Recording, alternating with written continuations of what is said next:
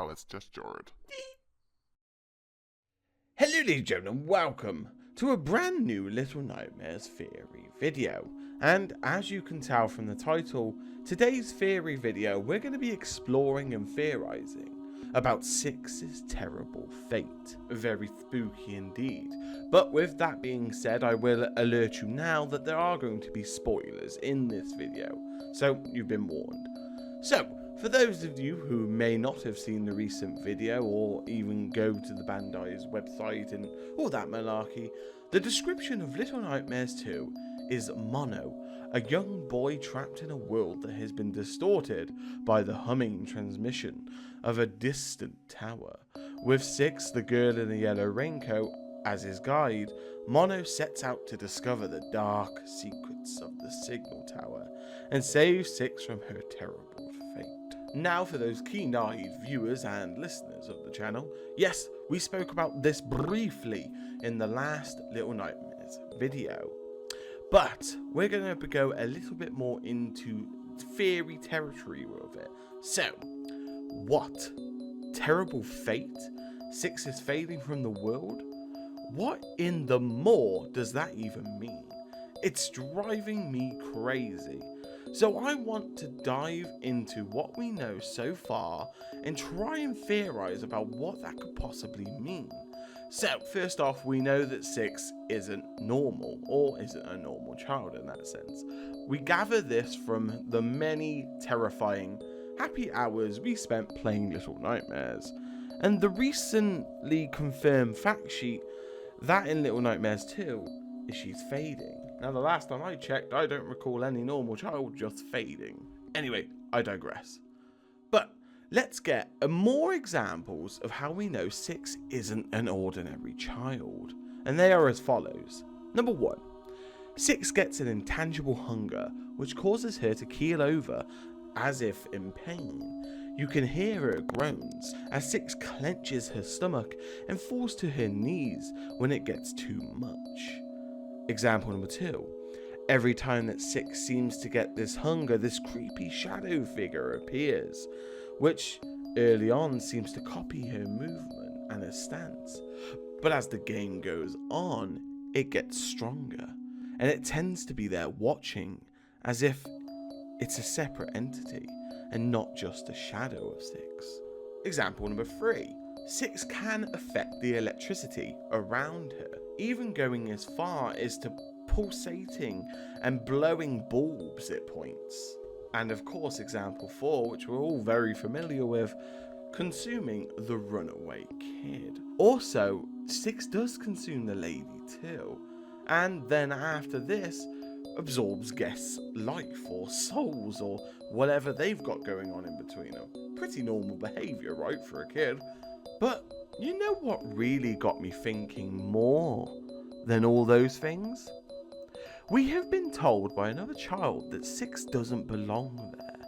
This is found in the first comic, where Six first enters the little hideaway around a fire that the other children have made in the mall. Don't worry, I will input this in the video just for reference so everyone knows what I'm on about. This part of the comic is interesting, as it's the first time we see Six interacting with other children, and this is their first reaction to her, and it reads, "You don't belong here. It's not safe now. I guess you'll have to stay here a while. So, how did you get here? What have you seen?" This is interesting, as it proves that Six is known by other children who know of her past, because if they didn't, how would they know she doesn't belong? There's another part in the comic after this, which reads, "Sometimes you can see too much." Then she gets told, "It's okay, maybe we can help you remember." Could this possibly mean that the comic is set after the mall and the children are about to remind her of what she did to the lady? What makes me also say this is the constant references in this comic to the game prior to this conversation, especially the part of Six jumping onto the lamp, escaping the hungry, gluttonous guests. It seems whatever is different with Six is not a known secret to the people around her. She seems known for doing things and not remembering.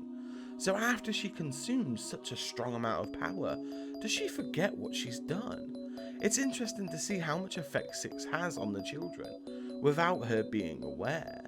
You could assume that the feeling that people have for Six is that they are scared and worried for her. So what could have even led to this possibility? So let's theorise what this means for Six and her fate. I'll approach this with answers for both if the game is a sequel and if it is a prequel, so that all the bases are covered and we've given a good go. So, if Little Nightmares 2 is going to be a sequel, I theorise that with everything that has been shown to us, Six will in fact die. I say this because I have the opinion that the story wants us to expand further from Six and explore more, and I think this will be a way to send Six off. I feel whatever battle will happen at the end of the game will always result in her death, but not by the broadcaster's hands, but by Mono's. As Dave has mentioned before in an interview, they want us to not have that comfort of knowing that these kids are going to survive. So what better way than to kill her off? But not only that, having one of the characters we've come to care for do it. And how interesting would it be for you to be offered the choice to have kill her after gaining both the bonds between Mono and Six? It would make you and I, the player, very conflicted on what kind of choice we would make. It would for sure be a heartbreaking experience. But if Little Nightmares 2 is a prequel, I think we will see Six obtain the power of Dark Six, and it explain everything that we see from Little Nightmares. With this, it can explain why she has these pains and the uncontrollable hunger, and her reasoning for her end goal in Little Nightmares with the lady. I think if we were to turn that way, we would see a different side to Six, and maybe we could even see her as the enemy in Little Nightmares. But that's keeping in mind if Six is in control of all of it, or her actions, or, like the lady, was due to an animation, she seemed to be under someone or something's control. It would also explain why the shadow figures we see appear with Six is the same kind of power.